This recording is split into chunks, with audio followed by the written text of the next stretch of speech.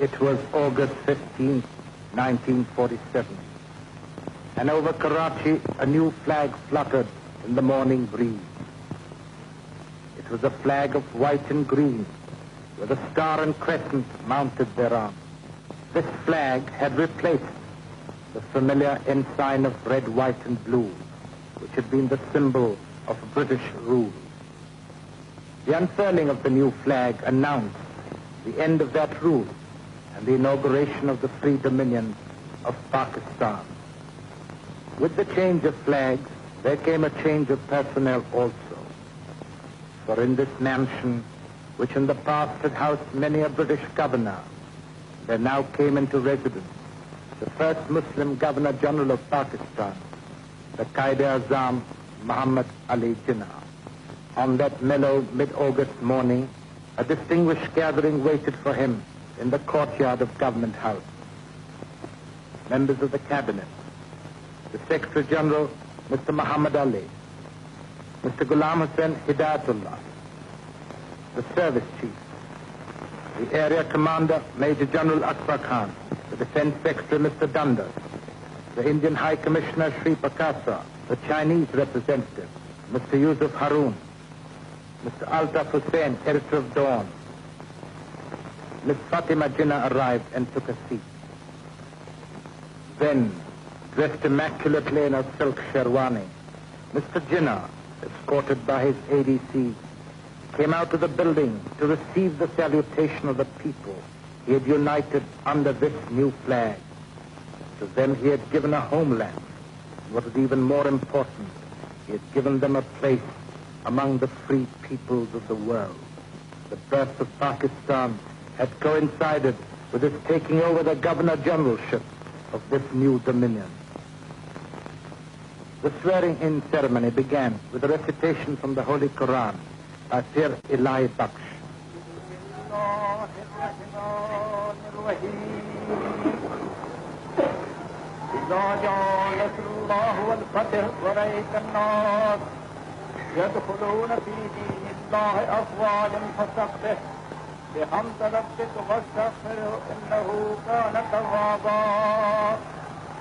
The Secretary General of the Cabinet, Mr. Muhammad Ali, then read His Majesty's commission.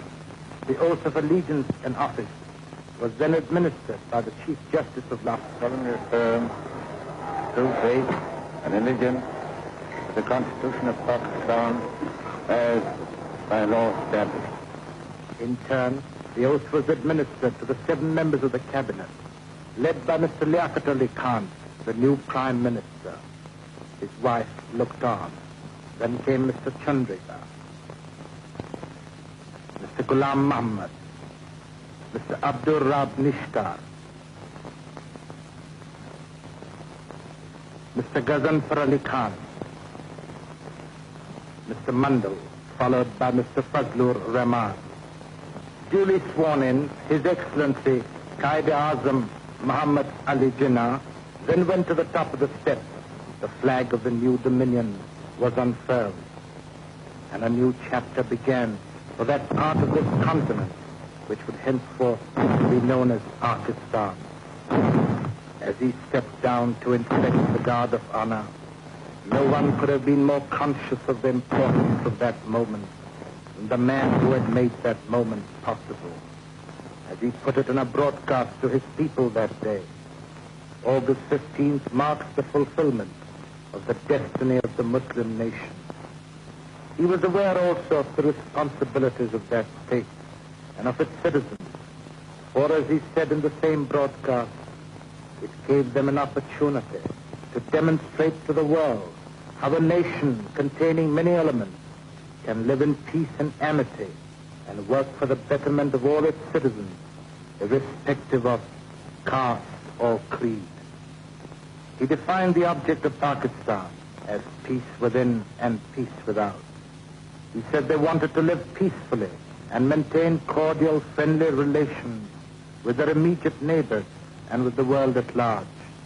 He said that Pakistan would have no aggressive designs against anybody. So dedicated, Pakistan started out on its new adventure. Back in the courtyard, the Qaid-e-Azam received the felicitations of his closest friends and of those who were to play a part in the future of Pakistan. For his people, the dawn had come. Our minds go back 71 years ago to a Christmas day in that same city of Karachi when the Azam was born. No one could have dreamt that this same child would one day play the role of founder of this new state in that same city of Karachi, even as no one could have visualized that this once barren desert would become the capital of a new dominion and the nerve center of the fifth largest state in the world. To this same city of Karachi, in August 1947, there arrived by train the advance guard of the army of architects who were to lay the foundation of this new homeland and who were to build it from scratch. These architects, workmen, technicians, poured into Karachi daily. All these incidents, this enthusiasm, this concentrated effort was a sequel to the statement of the British government on June the 3rd, 1947, when His Majesty's government announced the plan for the partition of India and for the creation of two dominions. On that occasion, speaking over the radio, Mr. Jinnah said, "We must remember that we have to take momentous decisions and handle grave issues facing us in the solution of the complex political problem of this great subcontinent inhabited by 400 million people. The world has no parallel for the most onerous, difficult task which we have to perform. I pray to God that this critical moment He may guide us and enable us to discharge our responsibility in a wise and statesmanlike manner." While the rank and file of the builders of Pakistan arrived by train, its more important architects arrived by air. Among the early arrivals at the airport was Mr. Liaquat Ali Khan, the Azam's second in command. Mr. Liaquat Ali Khan was to hold the important office of Prime Minister of Pakistan. The planes kept arriving, and the excitement mounted till August 7th, when the Azam was to arrive in person. Many of his followers had come from near and far to see him land on this soil on which, centuries ago, another Muslim, Muhammad bin Qasim, had also landed. The arrival of Mr. Jinnah in Karachi was for his people an equal thrill. He was a man who had promised them Pakistan, and he had got it for them. Now he was with them. He had set foot on Pakistan for the first time. Their dreams had become a reality. With him was his sister, Miss Fatima Jinnah, the First Lady of Pakistan.